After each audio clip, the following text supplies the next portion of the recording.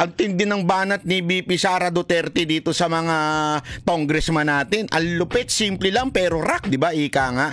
Kaya mga kababayan, ha, panoorin nyo itong video na ito kasi re-reaction na natin yung speech po ni BP Sara Duterte malupit na malupit. Talagang malupit, humahagupit po. Talagang nagimbal ho ang taong bayan kasi alam nyo kung bakit? Inobserve ko yan sa lahat ng mga channel ng mga news channel. Lahat sila nakabang na?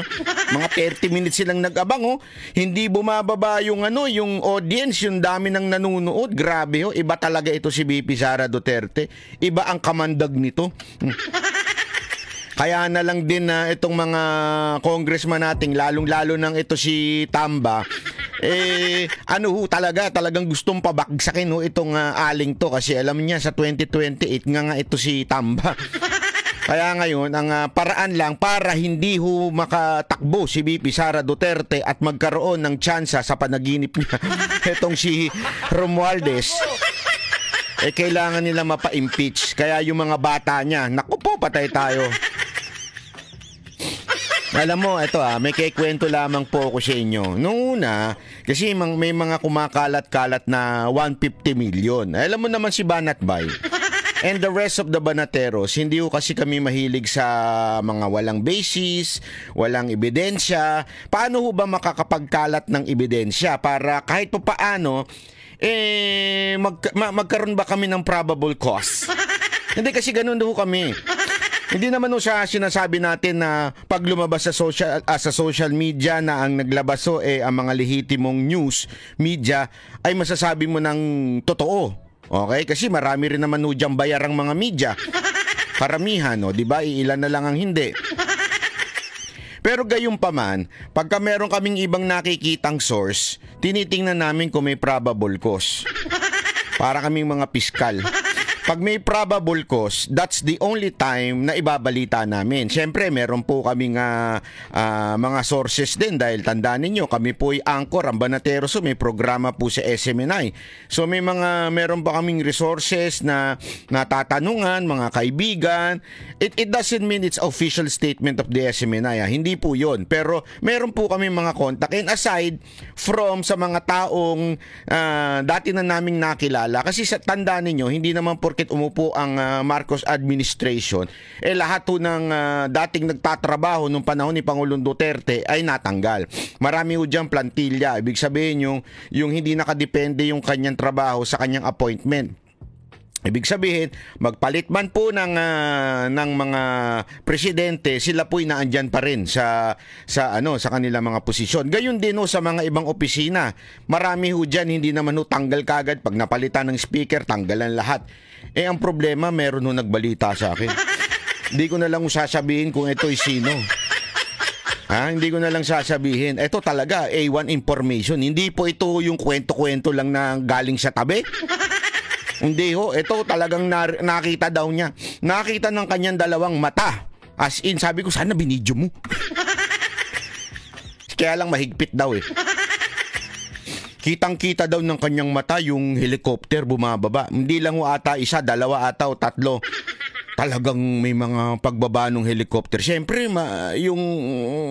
basta. Hindi ko kasi pwedeng sabihin security o malalaman kagad, pulis yung kontak ko doon Hindi ko pwedeng sabihin. Diba? Kaya, kita nila, syempre, tatlo ba namang helicopter? Di ako sure kung 2 o 3. Ang nabanggit lang sa akin, hindi siya sigurado kung tatlo ang may laman, Pero dalawa daw na helicopter ang may laman na mga bag. Naku po, sabi ko, tanong ko, ano ba yung bag na yun? Hermes ba yan? Louis Vuitton o Coach bag? Hindi, may dala-dala daw mga bag yung bumaba. Tapos, naku po, nakita daw ng kanyang mata. Aba, sabi ko, lintik ng mata niya, merong talagang nakikita niya yung loob. Nagkaabutan daw. Ang tanong, ano kaya yung inabot? Hindi niya na dinetalye kasi di naman yung nakikita yung loob. Pero nagkaabutan daw.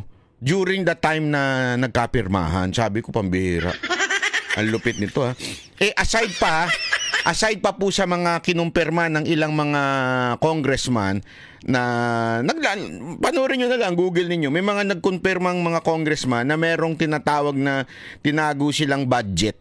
na reserve budget, ika nga, na ibibigay, ipinangako daw pag ikaw ay pipirma diyan. So aside from may mga ayuda, pwede ka na mag-download ng ayuda. Download kasi tawag doon yung ida-download mo doon sa distrito mo yung ayuda, ganyan-ganyan. Tapos kunwari, DSWD, pero ikaw naman ng bida-bida.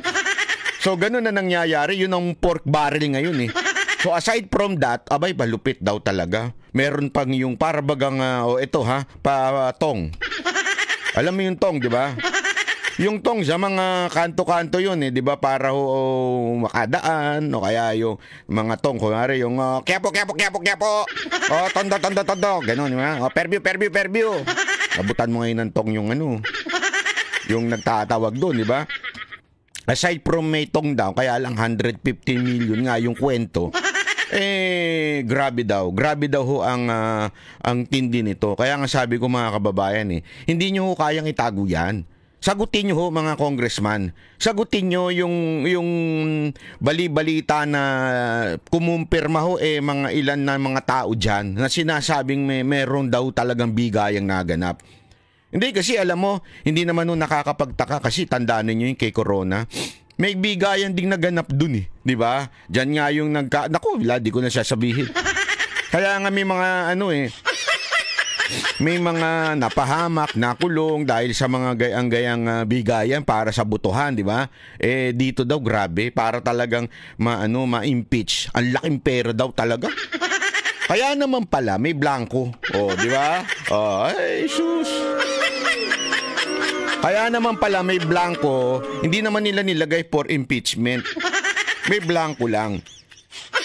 Mga hayop talaga di ba? Ay nako, anyway, huwag kayong mag-alala, merong hustisya yan. Kung hindi man dito sa lupa, sa langit o sa kabilang buhay, may hustisya yung mga demonyo na yan. Hindi, alam mo maalala ko lang, kasi sabi na iba, banat ba, paano ba yan? Yung mga pumirma doon, bishop pa yung iba, ganito pa, meron pang makasanto dyan. Panay pa ang quote ng bersikulo. Yung mga ganyan yun, mga santo-santuhan, hindi lang naman po isa yan. Marami po sila dyan santo-santuhan. Alam mo mga kababayan, nasa Biblia naman yan, di ba? Sabi nga, kahit yung mga nag-perform ng miracle in my name, ang sabi nga ng Panginoong Hesus, I do not know you. Kasi alam mo, hindi mo ma-judge ang isang tao sa appearance, sa kanyang claim or whatsoever. Ma-judge mo isang tao sa kanyang prutas. Ano ibig sabihin nun? Depende sa Escalade. Depende sa sasakyan, di ba? Mantakin mo 200,000 lang ang sahod mo, tapos ito ang trabaho mo, nakakuha ka ng ilang milyong relo, sasakyan, di ba? You will know them by their fruits, ika nga.